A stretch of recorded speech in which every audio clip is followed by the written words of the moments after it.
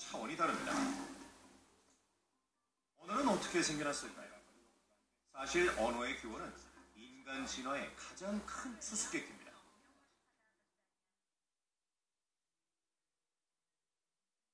거기에 대한 답이 이 가방 안에 있을까요?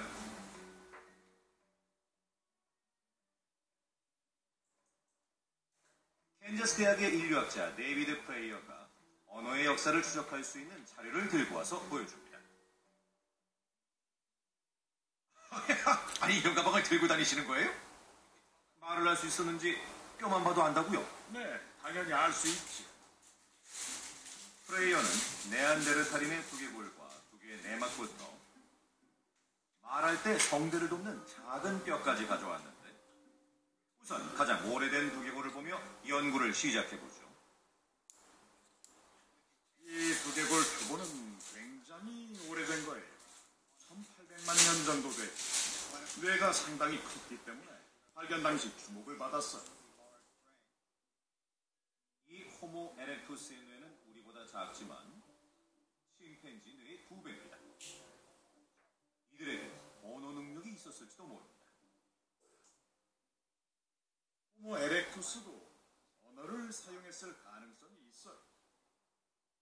뼈만 보고 알다니 신기하네요. 그러니까 1800만 년 전에도 언어가 있었다는 얘기네요.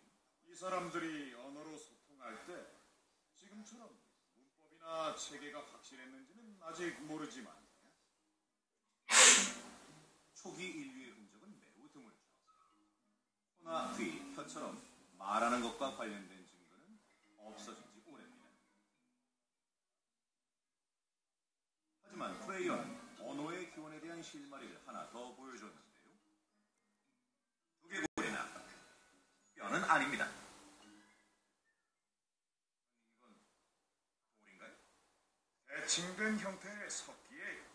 그럼 이게 언어와 관련이 있나요? 이것도 증거가 될 수 있어요. 200만 년 전이라 제대로 된 화석이 별로 없어서 대신 이걸 보면 이걸 만든 사람은 무작정 돌을 치는 게 아니라 모양을 생각하면서 도구를 만들어낸 거지. 과학자들이 언어의 기원을 찾아 수수께끼를 풀어나갈 때 석기가 실마리가 되어주었는데 당시 사람들의 사고방식을 엿볼 수 있기 때문입니다. 석탄처럼 생긴 이건 올드바이 석기라고 하는데 250만 년 전에 등장한 최초의 도구로 추정됩니다. 과학자들이 정말 놀란 건 다음 도구인 아슐리안 손도끼를 봤을 때죠. 프레이어가 지금 보여주는 게 바로 그겁니다. 아슐리안 손도끼는 생각이 달라졌다는 증거예요. 이런 건 침팬지도 만들 거예요.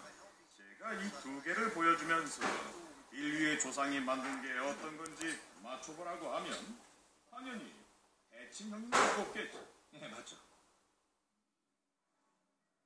아슐리안 손도끼는 호모 에렉투스가 도구를 어떻게 생각했는지 보여주는데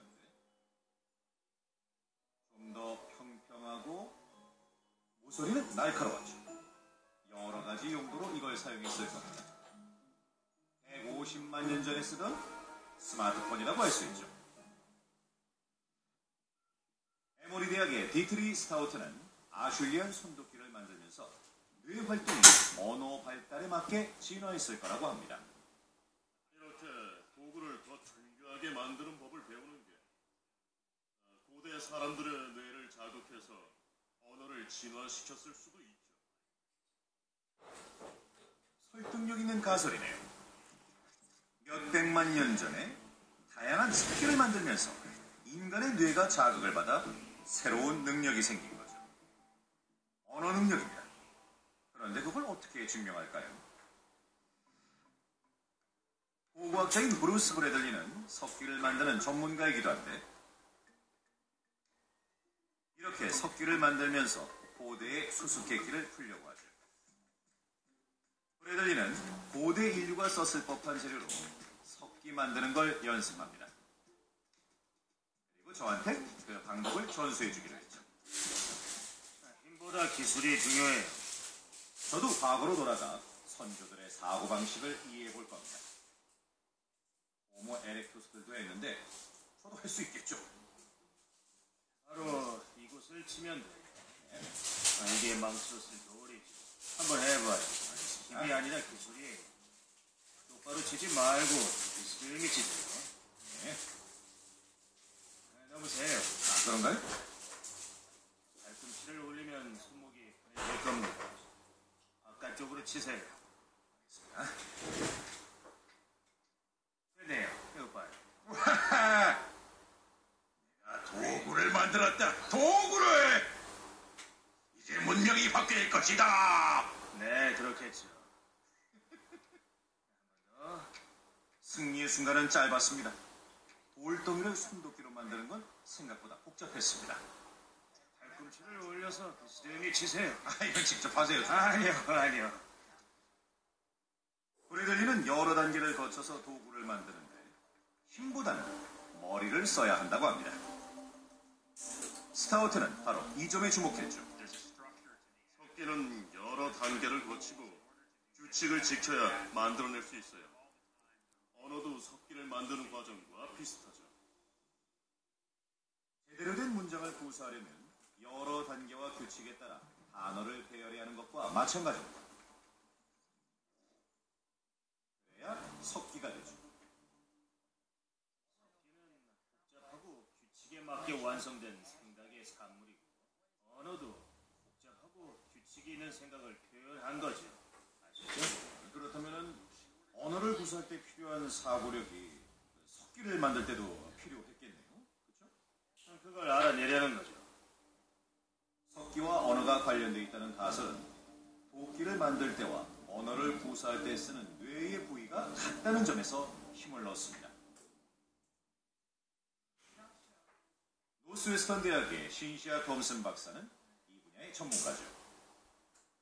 복잡한 문장을 만들 때 뇌의 어떤 부위가 활성화되는지를 주로 연구하고 있습니다. 톰슨은 주로 뇌졸중 등으로 인해 말하는 능력에 문제가 생긴 환자를 연구하는데 크리스틴 칼스테트도 연구 대상입니다. 크리스틴은 4년 전에 뇌졸중이 와서 실어증에 걸리게 됐습니다. 크리스티는 비문법성 실어증 환자예요. 한 단어를 이해하고 말하는 건 가능하죠. 이건 뭐죠? 비문법성 실어증 환자는 복잡한 문장은 못 만들어요. 고양이가 개한테 쫓깁니다. 이게 어떤 상황일까요?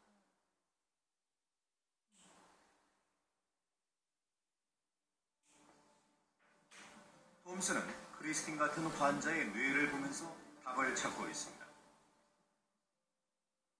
MRI로 스캔한 뇌의 어두운 부분은 손상된 곳입니다. 톰슨은 비문법적 실어증 환자들의 공통점을 발견했죠. 좌뇌에 손상을 입은 겁니다. 브로카 영역이라고 알려진 신비로운 부위죠. 뇌에는 언어에 관련된 부위가 많지만 문법에 관해서는 특히 브로카 영역이 중요합니다. 브로카 영역은 문장을 형성할 때 중요해요. 뇌졸중 때문에 문법과 관련된 브로카 영역이 손상되면 문장을 얘기하기가 힘들어지죠. 그렇다면 브로카 영역이 석기 제작과도 관련이 있을까요? 석기가 점점 정교해지고 발전해가고 있을 때 인류의 진화도 함께 진행됐는지 거기에 브로카 영역이 관련됐는지 궁금한 거죠. 스타우트는 해답을 찾기 위해 프랑스의 신경학자 티에리 샤미나드를 만나 실험을 했습니다.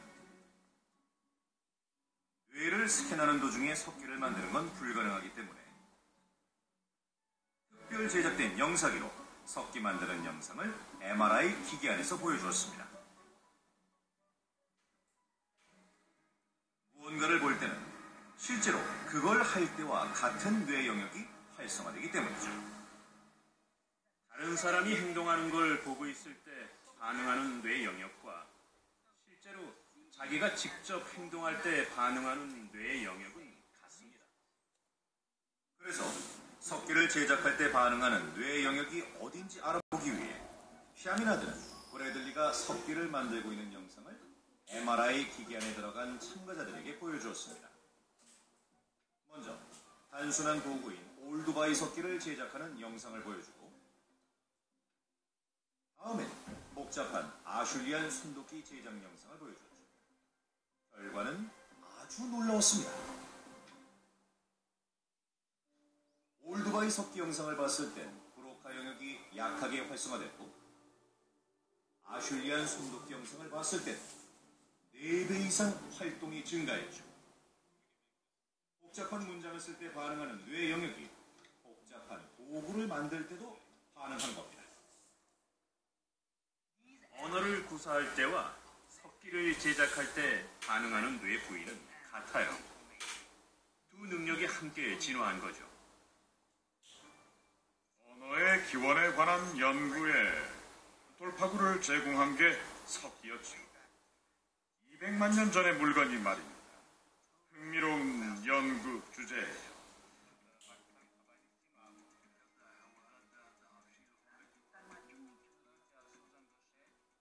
오늘날 전 세계에서 쓰이는 언어는 7,000가지가 넘습니다.